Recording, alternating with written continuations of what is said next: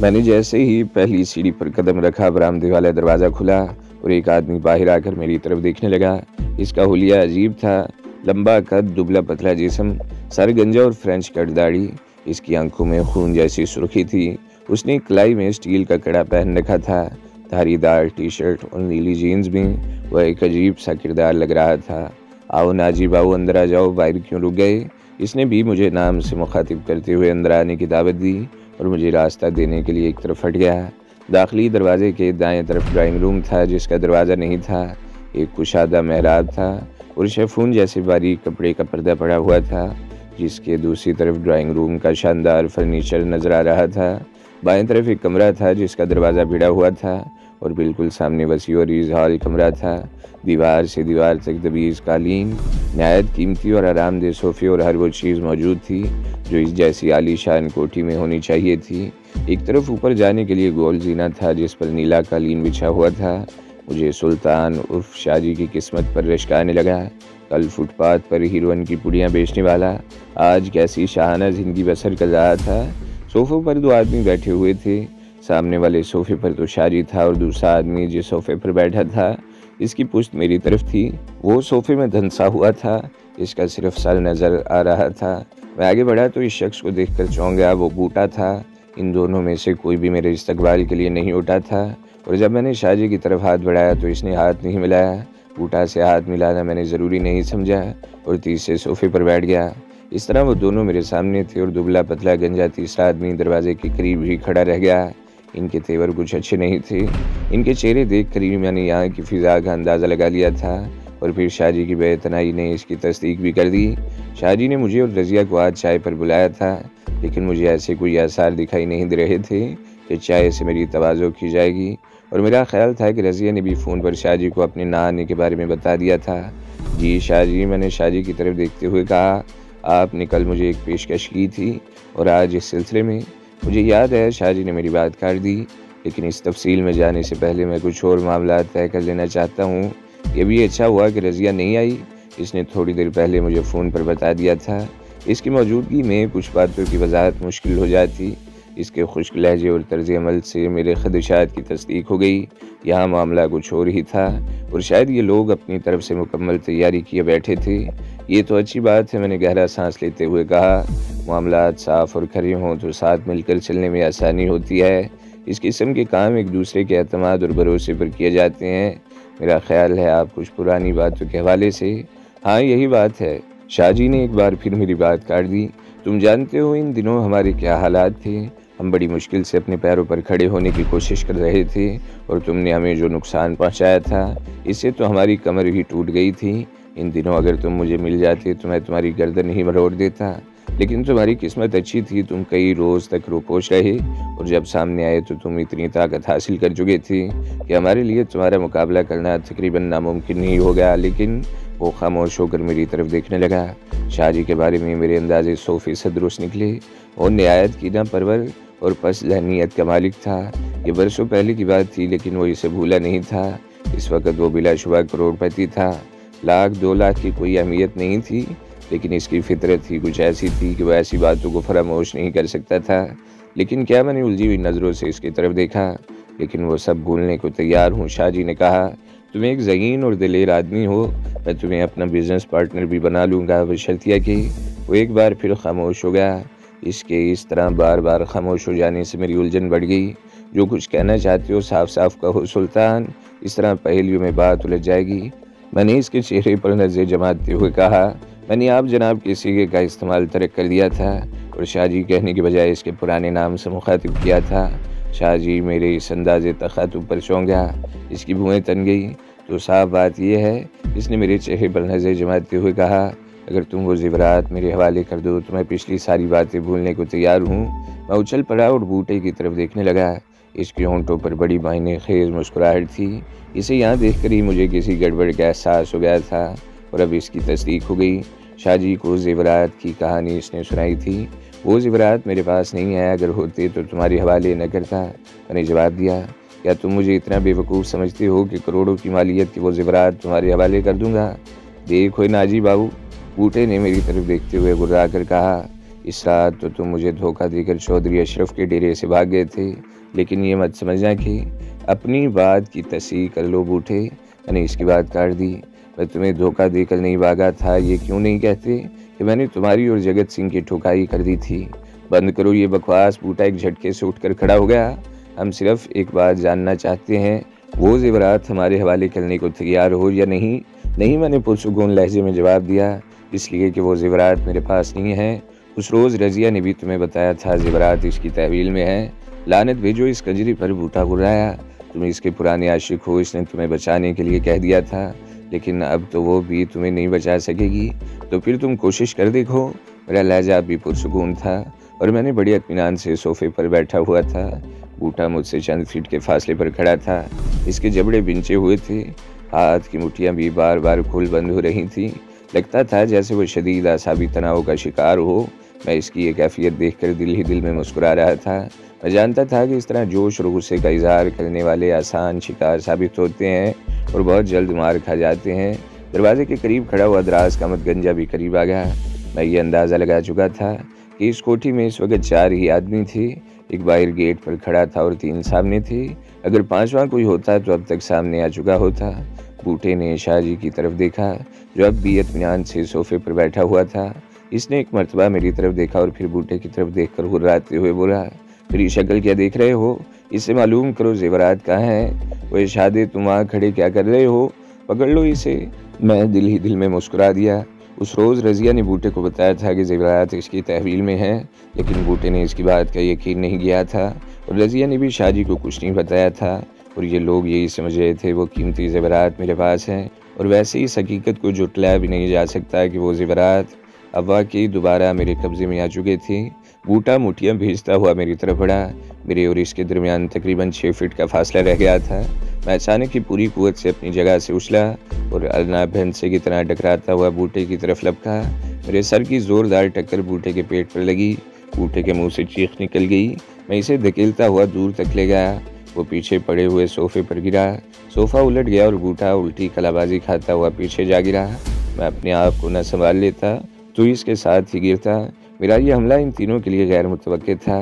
گنجے سر والا دراز قامت شادہ حیرت سے میری طرف دیکھ رہا تھا۔ اوے پکڑ اس کو، منہ کیا دیکھتا ہے؟ شاہ جی چیخا۔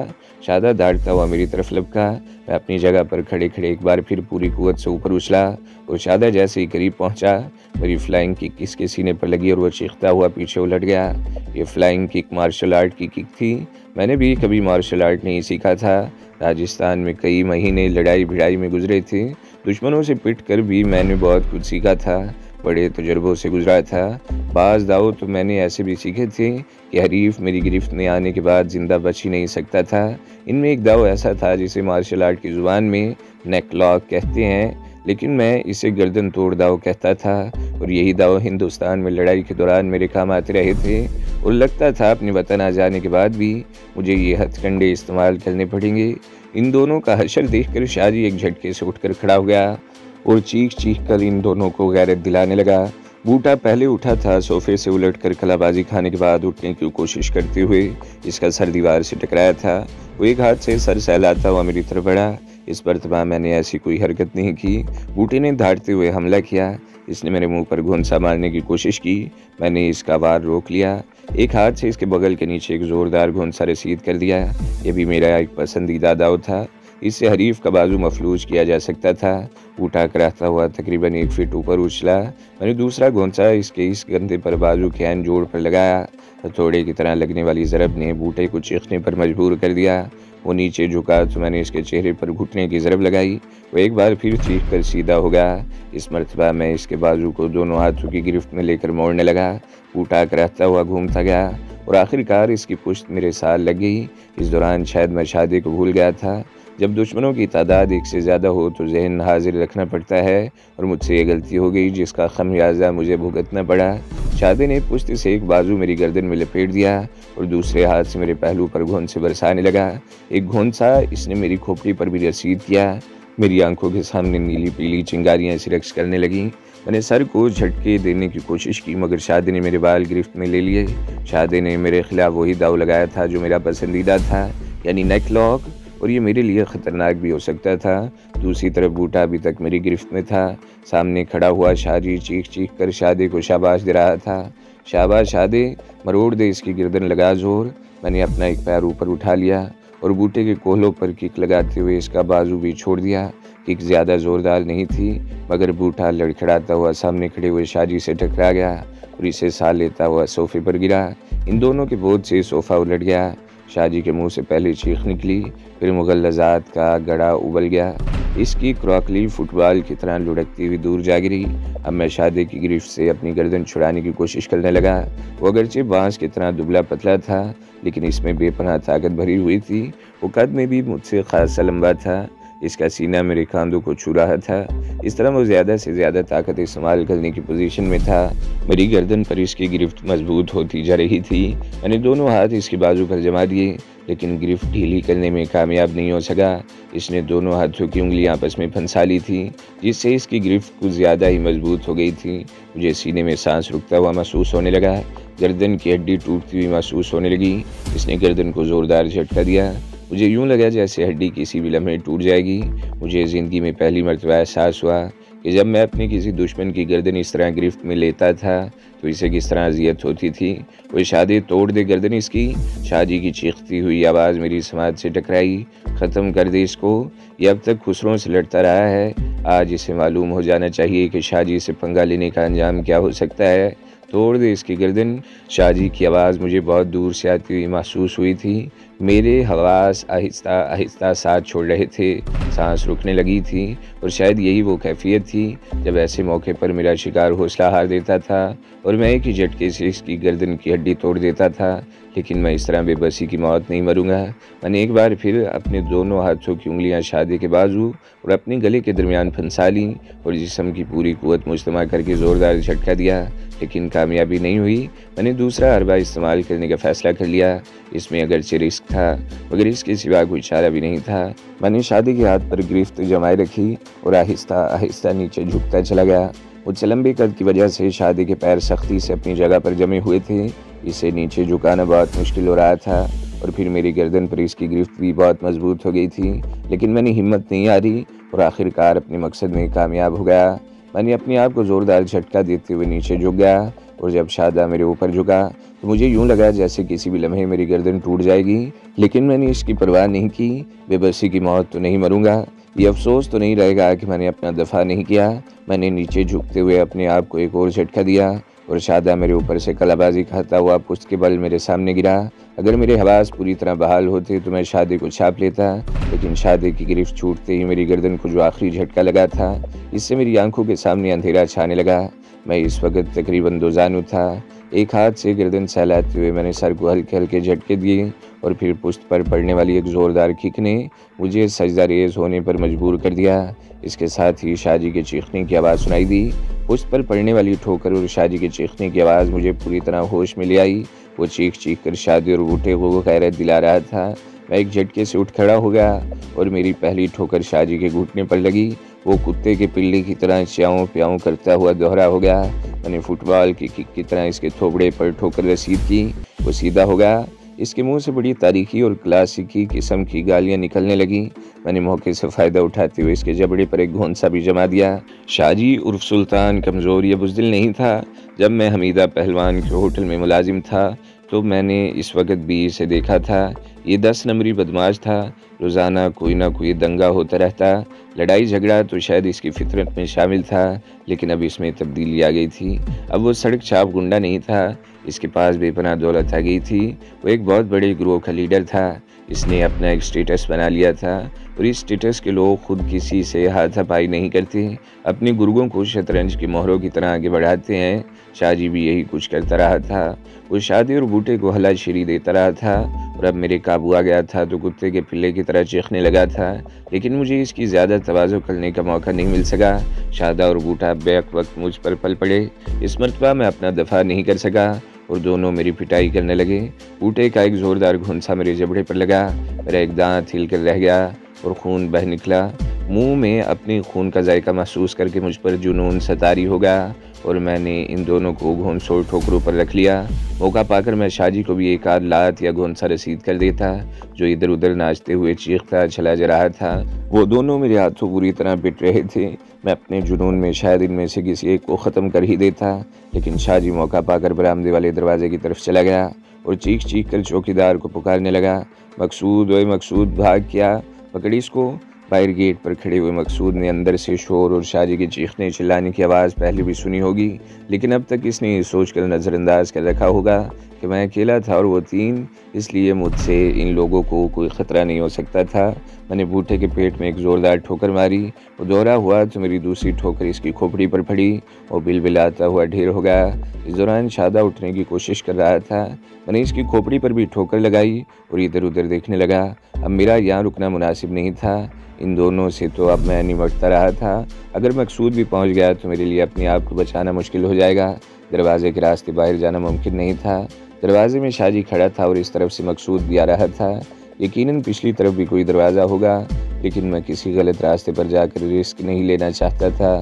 اور پھر یہاں سے فرار کا ایک ہی راستہ نظر آیا اور دوسرے ہی لمحے میں نے اوپر جانے والے گول زینے کی طرف دوڑ لگا دی۔ وہ شادی بوٹے پکڑ اس کو، بھاگ رہا ہے وہ۔ دروازے کے قریب کھڑا ہوا شاجی چیخا۔ بوٹے نے اٹھ کر زینے کی طرف دوڑ لگا دی اور وہ تیزی سے گول زینے پر چڑھنے لگا۔ میں زینے کے وسط میں پہنچ چکا تھا، رک کر ایک دم پلٹا اور اوپر آتے ہوئے بوٹے کے سر پر ٹھوکر مار دی۔ وہ چیخ کر گرا اور سیڑھیوں پر کلا بازی کھاتا ہوا نیچے لڑکتا چلا گیا۔ میں آخری سیڑھی پر تھا کہ مقصود اندر داخل ہوا۔ اس نے اوپر دیکھا اور رک کر اپنی قمیض کے اندر ہاتھ ڈالنے لگا۔ جب میں اس کوٹھی کے گیٹ میں داخل ہوا تھا تو سب سے پہلے میرا سامنا مقصود ہی سے ہوا تھا اور میں نے بائیں پہلو پر ابھار سے دیکھ کر اندازہ لگا لیا تھا کہ اس کی قمیض کے نیچے پستول یا ریوالور چھپا ہوا ہے، اور میرا اندازہ درست نکلا تھا۔ اس نے قمیض کے نیچے سے پستول نکال لیا تھا۔ میں اس وقت اوپر والی بالکونی میں پہنچ گیا تھا۔ مقصود نے فائر کر دیا۔ ٹھیک اس وقت میں نے ایک دروازے کی طرف چھلانگ لگا دی۔ گولی میرے سر سے تقریباً 2 فٹ اوپر سے گزر گئی۔ میں جھک کر دوڑتا ہوا اس دروازے میں داخل ہو گیا۔ یہ کمرہ زیادہ بڑا نہیں تھا اور غالباً سٹنگ روم کے طور پر آراستہ تھا۔ اس کے دوسری طرف بھی ایک دروازہ تھا۔ سینے پر دوڑتے ہوئے قدموں کی آوازیں بھی سنائی دیں۔ وہ غالباً مقصود ہی تھا جو میرے پیچھے آ رہا تھا۔ میں نے کمرے کے دوسرے دروازے کی طرف دوڑ لگا دی۔ پہلے ہینڈل گھما تو دروازہ کھولنے کی کوشش کی تو پتہ چلا کہ اوپر چٹخنی لگی ہوئی ہے۔ میں نے چٹخنی گرا کر ایک جھٹکے سے دروازہ کھولا اور باہر چھلانگ لگا دی۔ اس کے ساتھ ہی میں چونکا۔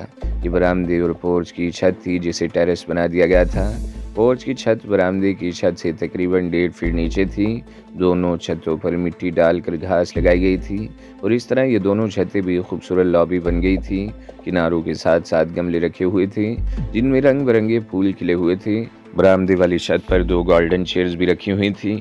میں برآمدے والی چھت سے چھلانگ لگا کر پورچ والی چھت پر آ گیا اور ادھر ادھر دیکھنے لگا۔ یہ چھت زمین سے تقریباً 15 فٹ اونچی تھی۔ دائیں بائیں پختہ رویش تھی اور سامنے لان تھا۔ میں نے پیچھے مڑ کر دیکھا اور لان کی طرف چھلانگ لگا دی۔ اس وقت فضا فائر کی آواز سے گونج اٹھی۔ غالباً مقصود نے دروازے سے نکلتے مجھے دیکھ کر گولی چلا دی تھی، مگر میں چھلانگ لگا چکا تھا۔ گھاس تبیز تھی۔ 15 فٹ کی بلندی سے چھلانگ لگا کر مجھے کوئی نقصان نہیں پہنچا تھا۔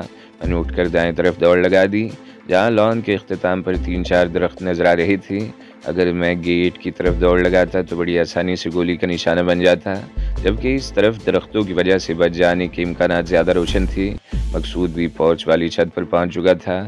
اس نے پے در پے 3 فائر کیے، لیکن اس طرف اندھیرا تھا اور میں ویسے بھی زگ زیگ بنا کر دوڑ رہا تھا۔ میں بحفاظت درختوں کے پیچھے پہنچ چکا تھا۔ ایک درخت کی آڑ میں رک کر میں نے پورچ کی طرف دیکھا۔